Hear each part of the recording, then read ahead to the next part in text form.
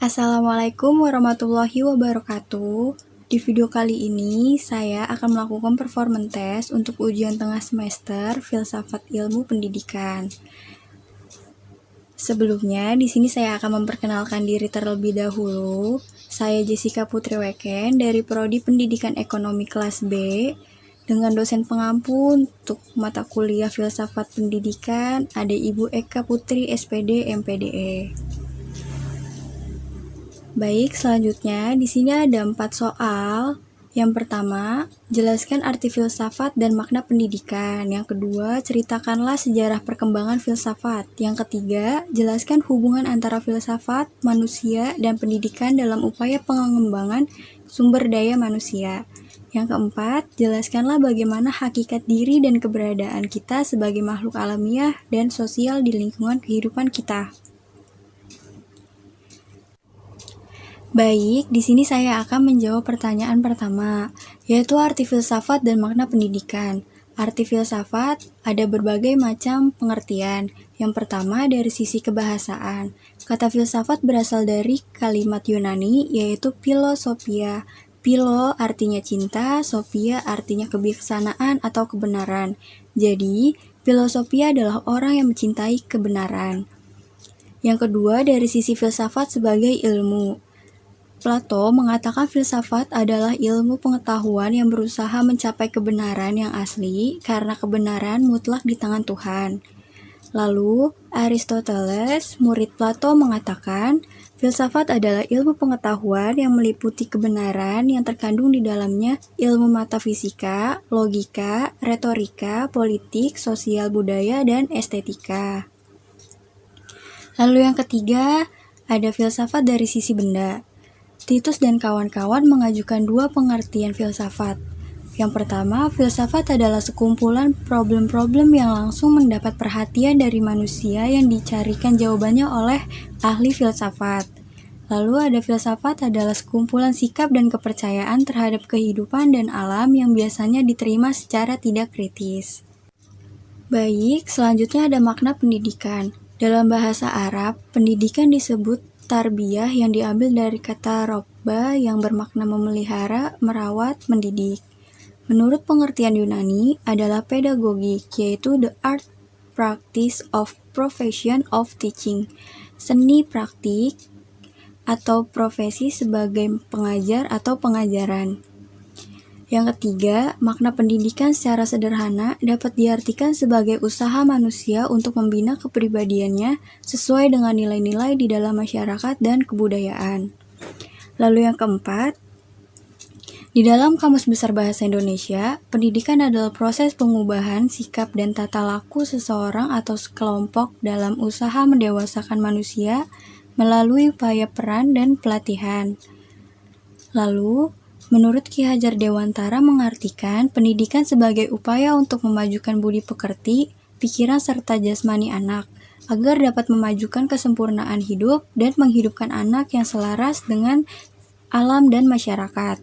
Kesimpulannya, makna pendidikan itu adalah proses atau kegiatan yang sengaja diajarkan untuk merubah tabiat atau behavior manusia menjadi lebih baik atau memanusiakan manusia melalui upaya pengajaran dan latihan. Selanjutnya, saya akan menjawab soal nomor 2, yaitu sejarah perkembangan filsafat. Yang pertama, zaman Yunani kuno, 6 sebelum Masehi sampai 6 Masehi. Periode Yunani kuno ini disebut periode filsafat alam. Dikatakan demikian karena periode ini ditandai dengan munculnya para ahli pikir alam. Mereka membuat pertanyaan-pertanyaan tentang gejala alam yang bersifat filsafati atau berdasarkan akal pikir dan tidak berdasarkan mitos belaka. Plato berpendapat bahwa berfilsafat artinya mencari kebijaksanaan atau kebenaran. Oleh karena itu, dapat dimengerti bahwa mencari kebenaran itu dilakukan secara bersama-sama dalam suatu dialog. Pemikiran filsafat Yunani kuno mencapai puncaknya pada masa Aristoteles, 384 sebelum Masehi sampai 322 sesudah Masehi. Ia mengatakan bahwa tugas utama ilmu pengetahuan ialah mencari penyebab objek yang diselidiki. Kekurangan utama para filsuf sebelumnya adalah mereka tidak memeriksa semua penyebabnya. Lalu yang kedua, ada zaman pertengahan 6 Masehi sampai 16 Masehi. Pada masa pertengahan ini terdapat periode yang membuat perkembangan filsafat tidak berlanjut, yaitu pada masa skolastik Kristen. Hal ini dikarenakan pihak gereja membatasi para filosof dalam berpikir, karena semuanya diatur oleh doktrin-doktrin gereja yang berdasarkan keyakinan. Apabila terdapat pemikiran-pemikiran yang bertentang dari keyakinan para gerejawan, maka filosof tersebut dianggap murtad dan akan dihukum berat sampai pada hukuman mati. Pada masa inilah perkembangan filsafat dan ilmu pengetahuan sangat buruk, karena pihak gereja membatasi dan melarang para filosof dalam berpikir, sehingga ilmu pengetahuan dan filsafat tidak berkembang. Pada zaman ini, manusia mulai berpikir secara baru, dan secara berangsur-angsur melepaskan diri dari otoritas kekuasaan gereja yang selama ini telah membatasi manusia dalam mengemukakan kebenaran filsafat dan ilmu pengetahuan. Proses melahirkan kembali ini terjadi pada abad ke-15 dan 16. Dan yang melahirkan kembali kebudayaan Yunani dan Romawi kuno ini adalah orang-orang yang biasa disebut kaum humanis. Lalu yang terakhir ada zaman modern, 17 Masehi sampai 20 Masehi. Setelah zaman Renaissance, yaitu zaman pencerahan atau zaman modern, zaman pencerahan berlangsung dari abad ke-17 hingga ke-20 Masehi. Di zaman ini terdapat peristiwa penting, yaitu revolusi di Inggris dan Prancis. Orang-orang yang hidup di zaman ini memiliki keyakinan bahwa mereka mempunyai masa depan yang cerah dan bercahaya berkat rasio mereka sendiri. Sebelumnya, orang lebih suka berpaut pada otoritas lain di luar dirinya, seperti otoritas gereja, kitab suci, para ahli, dan negara. Oleh itu, semboyan zaman pencerahan adalah sapere aude atau beranilah berpikir sendiri. Dengan semboyan itu, manusia di zaman pencerahan semakin bersemangat untuk menemukan hal-hal baru.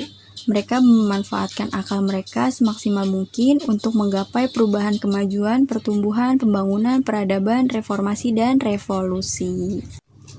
Lalu selanjutnya saya akan menjawab soal nomor 3, yaitu hubungan antara filsafat, manusia, dan pendidikan dalam upaya pengembangan sumber daya manusia. Manusia merupakan subjek pendidikan, tetapi juga sekaligus menjadi objek pendidikan itu sendiri. Jadi, hubungan antara filsafat, pendidikan, dan manusia secara singkat adalah filsafat digunakan untuk mencari hakikat manusia, sehingga diketahui apa saja yang ada dalam diri manusia. Lalu, ada pertanyaan terakhir, nomor 4, hakikat diri manusia sebagai makhluk alamiah. Manusia dan alam memiliki hubungan yang sangat berkaitan erat dalam proses pertumbuhan dan perkembangan sesuai zaman dan pengaruh teknologi yang dimiliki manusia. Manusia alamiah lebih cenderung memanfaatkan yang ada di alam sekitarnya, karena mereka lebih berpikiran bahwa apa yang dibutuhkannya sudah ada dan sudah ada disediakan oleh alam. Hakikat diri manusia sebagai makhluk sosial. Manusia sebagai makhluk sosial pada dasarnya adalah kesadaran manusia tentang status dan posisi dirinya adalah kehidupan bersama.